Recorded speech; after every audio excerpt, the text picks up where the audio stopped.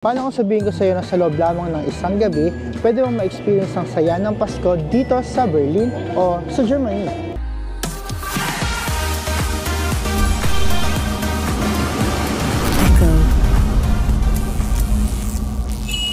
Hey mga ka-random, ako si Echo, nurse dito sa Germany at ngayong gabing ito ipapasyal ko kayo dito sa Berlin.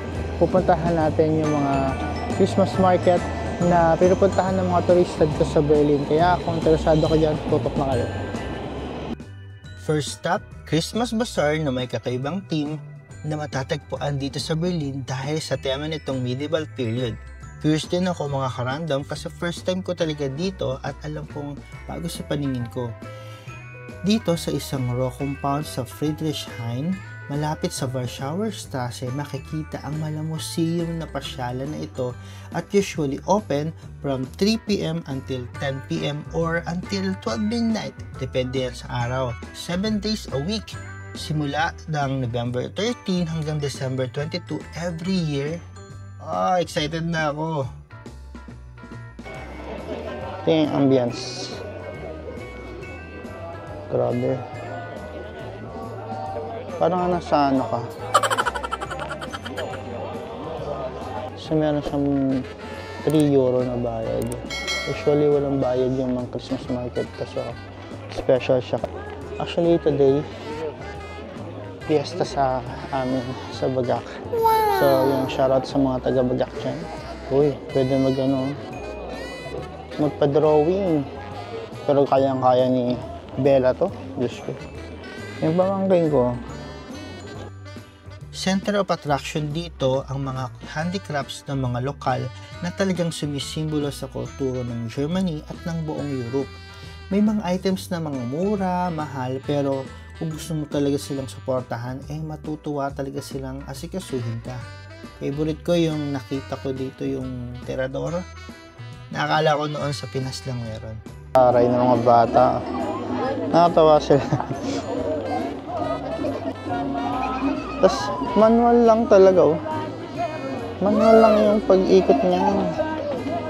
Ganyan lang inaano ng mga German yung mga anak nila.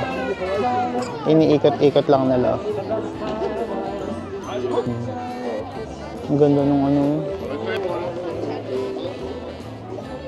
may mga textile din silang Sana yung may costume sila ate. Naka-costume sila. Gutom na kayo mga ka-random? Sa bandang likuran ng compound na ito, nandoon ang kainan at kakaiba din ang feels. Mula sa tradisyonal na lutong karne, tinapay, hanggang sa mainit-init na hot wine. Wow, sobrang init naman yan. Tama lang yan dahil 1 degree Celsius ang temperature natin tonight. Uy, napakalamig. Mga ka-random, makatikim na kayo ng hot wine. Kasi every Christmas dito, merong silang hot wine na iniinom. Ayun hot wine. Sana may ganito din sa atin.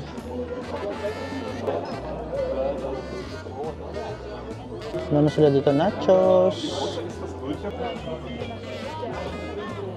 Alam nyo ba mga ka-random, ng isang araw, nag-snow dito. First snow sa Berlin.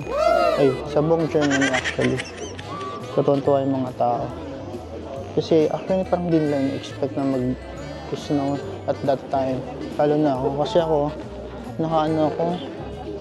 naka-duty ako ng night. Tapos mga alauna yun, pagkita ko sa labas, puro snow na.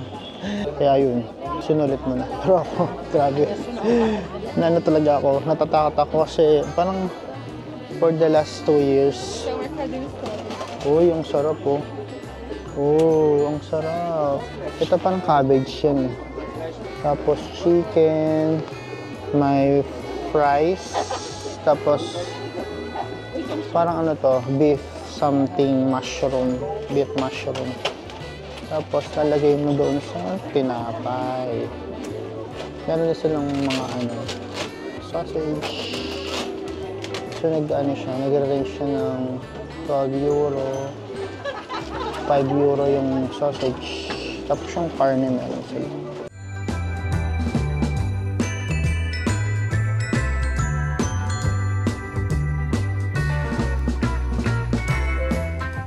Kita nyo yung mga tattoo nila dito. Yung mga tao dito, parang di issue sa kanila yung tattoo. Kasi parang sa culture na nila or parang nasa form of expression nila yung nagpapatattoo sila. Yung kahit doktor, nurses, kasi todo tattoo sila. Wala silang pakialam. Tapos yung kulay ng buhok, mga ganun. Ito naman tayo sa Tapos yung CR. CR, of course, may bayad.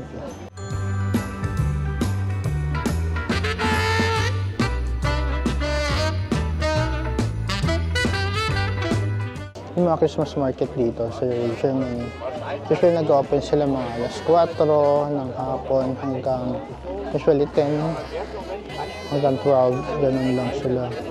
Kasi kinabukasan kasi meron na silang trabaho. Pero syempre depende yan kapag Friday tsaka Saturday. Oh, may pa-stage si Mayor. Magpe-perform sila mamaya, chat. Kala nyo sa atin lang yung may mga stage sa mga event. Dito meron din ang traditional na paggawa ng tinapay. Ang karandong. Yun yung mga traditional natin. Old style tinapay nila. Pretzel din. Ooh. Tapos sa perya, diba? May mga laro-laro. Ito may mga laro din sila dito.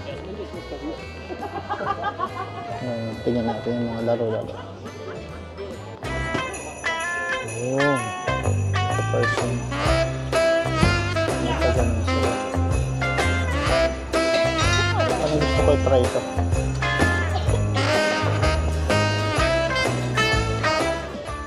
Uy, may pa-game si Kuya. Char. After mo kumain, pwede ka dito magpababa ng mga kinain sa games area.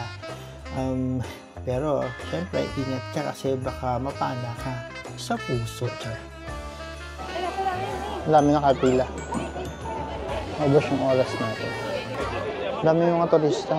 Kasi nga, itong Germany ang isa sa mga puntahan ng mga turista, lalo na ng mga taga-US. Kasi, ayun nga, maganda nga at saka madaming ang cute nila, oh. Ayun sila, oh.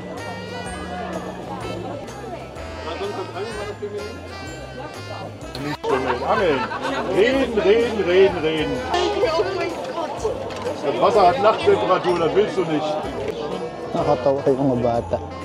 Nalala ko nung pumunta ko ng Paris. Namili ako ng crepes, pero yung sa parang lang, turo-turo. Nagtitinda si tatay ng crepes doon sa paligid ng isang museum. Tapos mas pinili ko yun kasi nga parang feeling ko mas authentic siya.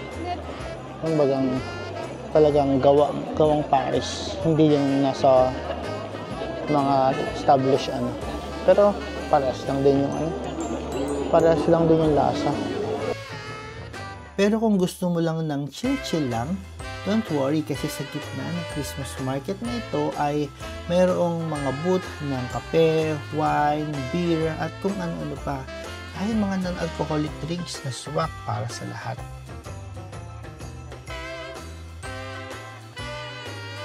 So, sabi ko kanina, di ba? Today ay fiesta sa Bagak. So, ginawa ko lang mga karandom. Tuwing fiesta, naghahanda lang ako sa bahay. Kahit ako lang. O kaya naman kahit yung kasama ko na dati. Ngayon, naghanda ako ng kaya sa Marla naman yung kasama ko. Na ako, carbonara. At saka, ano nga ba yan? Namili lang ako ng cheesecake. Na simple lang. Tsaka patatim. Patatim na hindi luto pa kasi wala kaming soy sauce. Para ni ate gusto niyang sumakay. Kaso pambata lang. Medyo nakakapagod mga karandom at magingaw. Pero mamaya na tayo kumain. Medyo busog pa kasi ako sa kinain ko sa bahay. Tapos ang dami pang ulam sa bahay. Linie wird aus Animation sofort Penetration. Drum Antworten. Oui, mesdames, messieurs. Und nun, bevor wir beginnen können, jetzt so wie... So wala na yung program nila. Maliit lang siya. Nalibot ko na siya actually. So, try naman natin pumunta sa kabilang next stop natin na Christmas market. Unang Christmas market pa lang yan nakakapagod na. Actually, nag-shoot din kasi tayo ng walking vlog natin sa The 4K City Walker channel. Speaking of pagod, ewan ko na lang talaga kung kakayanin ninyong libutin ang 2,500 na mga Christmas market sa buong Germany. Kaya isa ang Germany sa mga tourist destination tuwing Pasko kasi nga sa dami ng pwedeng pasyalan. Pagkatapos natin magpahinga ng konti, dumiretso na tayo sa susunod nating bazaar na alam kong magiging familiar sa inyo. So, let's go!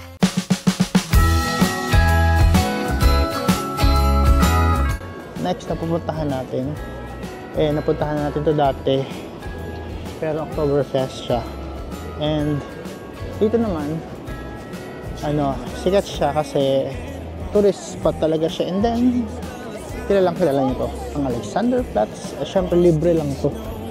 So sabi, herzlich willkommen zum Weihnachtsmarkt auf dem Alexanderplatz. Wow! Welcome daw. Ayun lang yan. Welcome daw sa Alexanderplatz na Christmas market. So, yan yung clock ng buong mundo.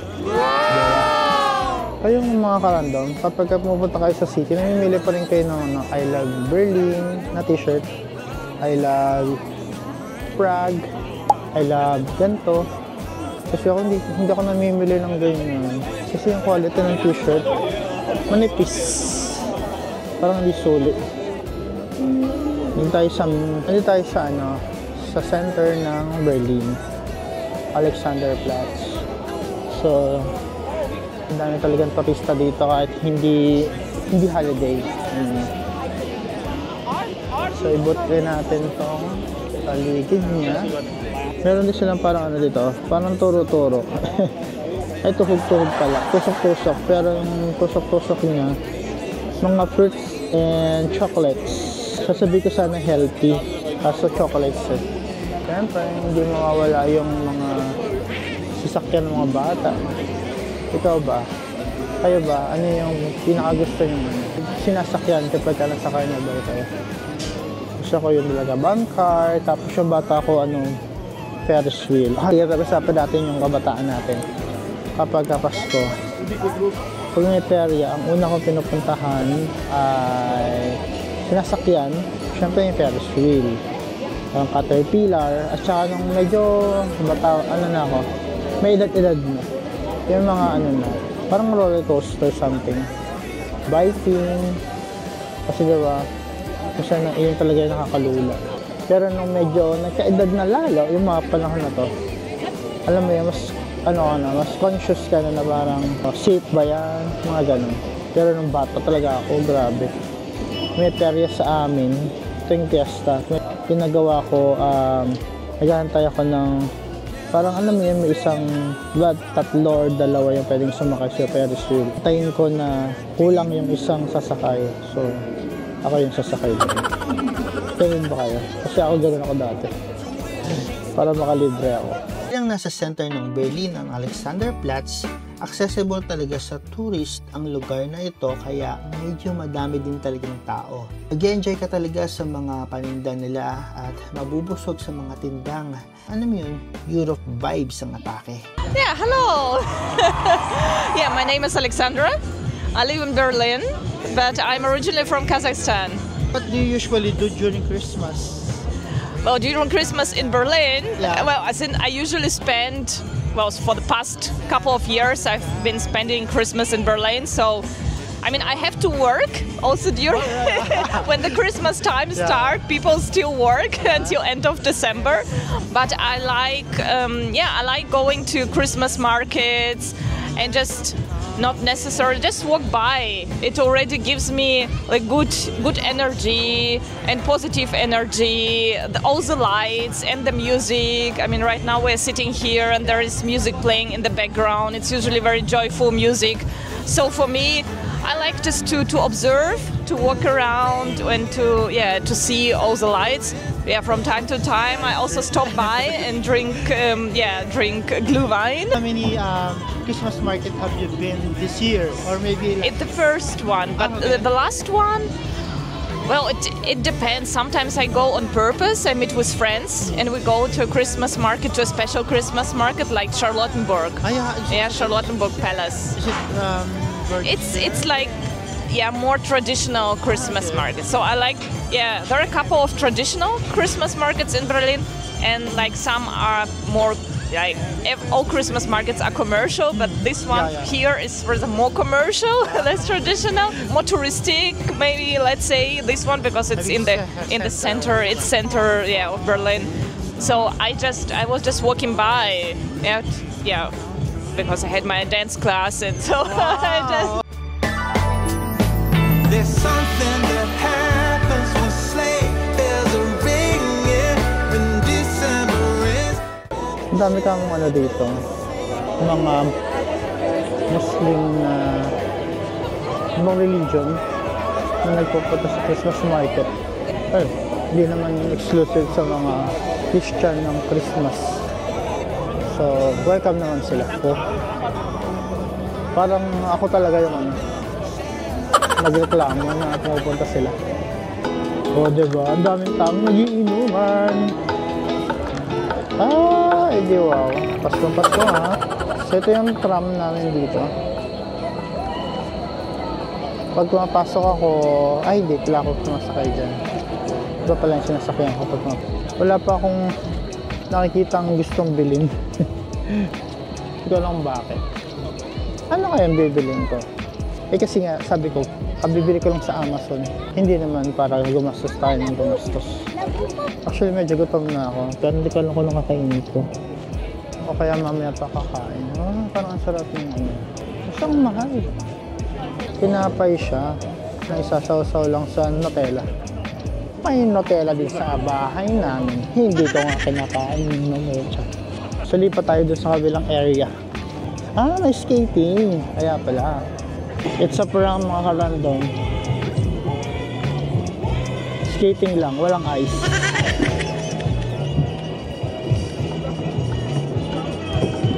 Wala na kayo gumaganyan. Hindi ka mga marunong maganyan. Baga na, skating.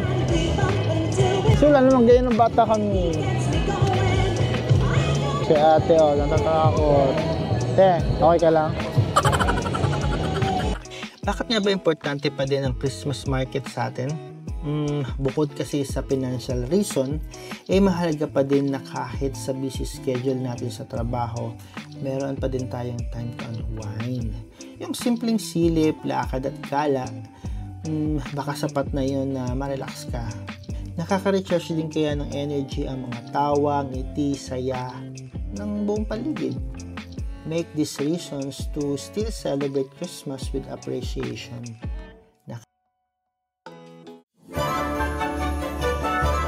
Wow, Christmas na! Today, 25th of November. Pero dito, super tamad-dama na yung Christmas, hindi lang sa Pilipinas. Alam ko dito, nag-prepare na din sila after ng Halloween. Nagde-decor na sila unti-unti. Nagbubukas sila ng mga Christmas market mga 15th of November.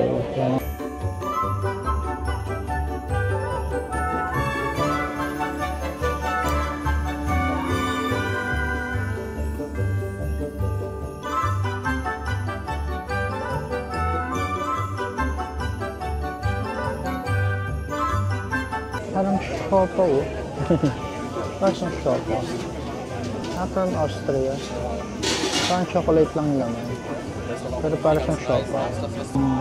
Pili ko hindi na natin kakayanin na pumunta sa kabilang Binox Mart pa. Kasi marilobat na itong ating camera. Bulgaria. Daming mga nagbabalik ng mga memories kapag nagpupunta ka sa mga ganitong lugar.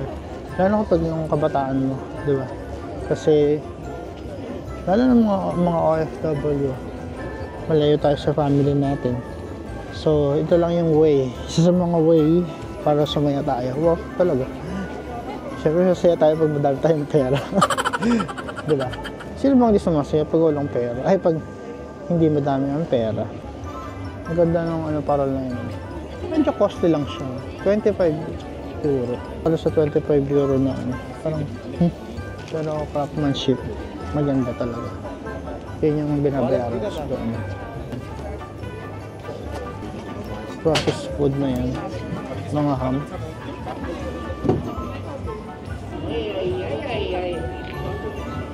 Siyempre, may inuman. Tingnan nga natin sa loob. Parang masaya. Di ba may sayawan? Kasi mag-isa lang naman ako. Baka naman ako sasayaw-sayaw doon. Hindi na kasi ako umiinom ngayon ng marami. Kasi kailangan natin maging healthy. Chart. Hindi ako masyado umiinom ngayon. Pag occasionally lang talaga.